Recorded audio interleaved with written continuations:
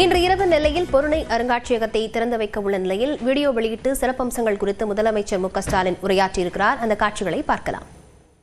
எல்லாருக்கும் என்னோட அன்பான தமிழ் வணக்கம். தமிழ்நாட்டின் முதலமைச்சராக உங்கள் எல்லாரையும் திருநெல்வேலி நோக்கி அழைக்கத்தான் இந்த வீடியோ. வரலாற்றை தெரிஞ்சுக்கிறதும் மீட்டெடுக்கிறதும் இதுக்காக வெறும் பழம் பெருமையை பேசி அதிலேயே மனநிறைவு அடைகிறதுக்காகவா? இல்லை. நாம் வந்த பாதையை தெரிஞ்சுக்கிட்டு எதிர்காலத்தில் இன்னும் முற்போக்காக இன்னும் பரந்த மனப்பான்மையோடு வளர்கிறதுக்கான தேடல் இது.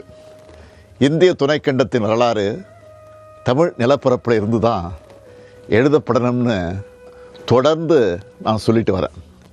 இது ஏதோ தற்பெருமைக்காகவோ மேடை அலங்காரத்துக்காகவோ பேசின வெற்று பேச்சு இல்லை. அறிவியல் பூர்வமான உண்மை இதுன்னு நம்ம திராவிட மாடல் அரசு தொடர்ந்து மெய்ப்பிச்சுட்டு வரோம்.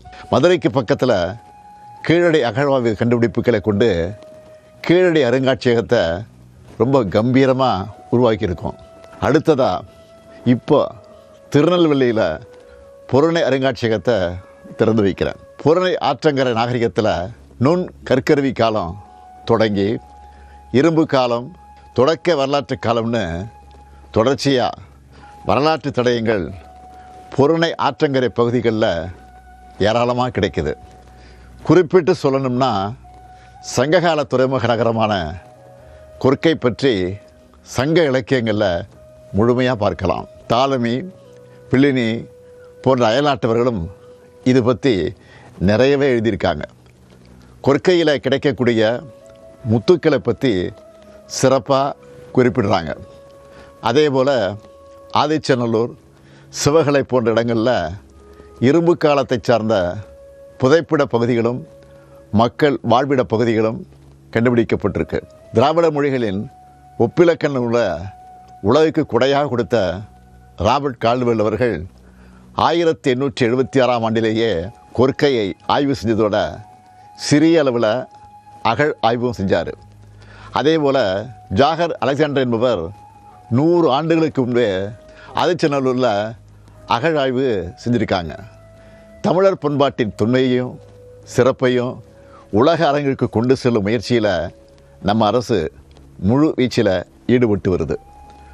பொருணை ஆற்றங்கரையின் முக்கியமான இடங்களில் தமிழ்நாடு தொல்லியல் துறை விரிவாக நடத்தின அகழ் ஆய்வுகளில் ஏராளமான சான்றுகள் வெளியே கொண்டு வரப்பட்டிருக்கு. ஆதிச்சநல்லூர் சிவகலையில் நடத்தப்பட்ட அகழ் ஆய்வுகளில் வெண்கலம், தங்கம், செம்பு, இரும்புன்னு பல்வேறு உலோகங்களால் செய்யப்பட்ட தொல்பொருட்கள் வெளிக்கொண்டு வரப்பட்டிருக்கு. இதில் குறிப்பாக இரும்பை உருக்கி கருவிகளை செய்யும் தொழில்நுட்பம் தமிழ்நாட்டில் தான் சிறப்பாக இருந்திருக்கு. தொல்லியல் அகழாய்வுகளில் இதுவரை கிடைச்ச இரும்பு பொருட்கள்லேயே காலத்தால் முந்தைய இரும்பு சிவகலையில் கிடைச்ச இரும்பு தான் என்பதும் அறிவியல் அடிப்படையிலான காலக்கணிப்பு முடிவுகள் மூலமாக உறுதி செய்யப்பட்டிருக்கு. உலகின் தலைசிறந்த அறிஞர்கள் முன்னிலையில் இந்த அறிவிப்பை ஜனவரி 2025 நான் உலகுக்கு வெளியிட்டேன். பொருணை ஆற்றங்கரை அகழ் ஆய்வுகளில் கிடைச்ச தொல்பொருட்கள் இந்த பகுதியிலேயே அருங்காட்சியகம் அமைச்சு காட்சிப்படுத்தப்படும்னு அறிவித்து அந்த பணிகள் நிறைவடைஞ்சு இப்போது பிரம்மாண்டமாக உருவாகியிருக்கு.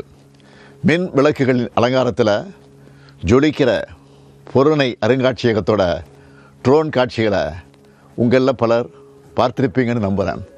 2023ஆம் ஆண்டு மார்ச்சில் நான் திறந்து வச்ச கீழடி அருங்காட்சியகத்தை 2025 நவம்பர் வரை 12,50,000 பேர் உலகெங்கும் இருந்து மெய்நிகர் இணைய வழி சுற்றுலாவை உருவாக்கி கொடுத்துருக்குறோம்.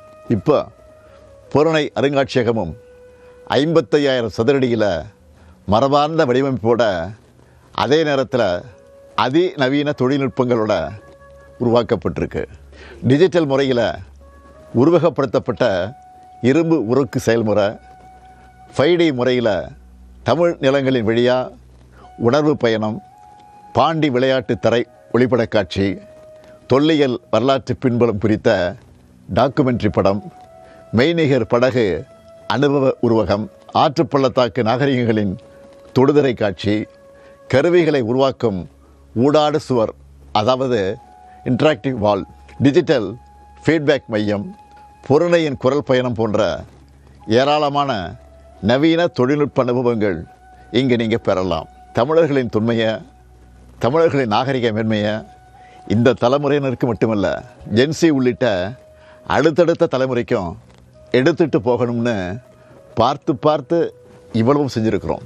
என்னோட இந்த எண்ணம் ஈடேற நீங்கள் எல்லாரும் உங்கள் குடும்பங்களோட கீழடி அருங்காட்சியகத்தையும் பொருணை அருங்காட்சியகத்துக்கும் அணியணியாய் வரணும்னு அன்போட உரிமையோடு அழைக்கிறேன். நம்மளோட பெருமையும் வரலாற்றையும் நாம் முதல்ல தெரிஞ்சுக்கிட்டால் தான் உலகத்துக்கு அதை எடுத்து சொல்ல முடியும். அதுக்கான நம்ம அரசின் முயற்சிக்கு உங்கள் ஆதரவு வேணும். கீழடி நம் தாய்மொழி, பொருணை தமிழரின் பெருமைன்னு உரைக்கச் சொல்வோம். நன்றி, வணக்கம்.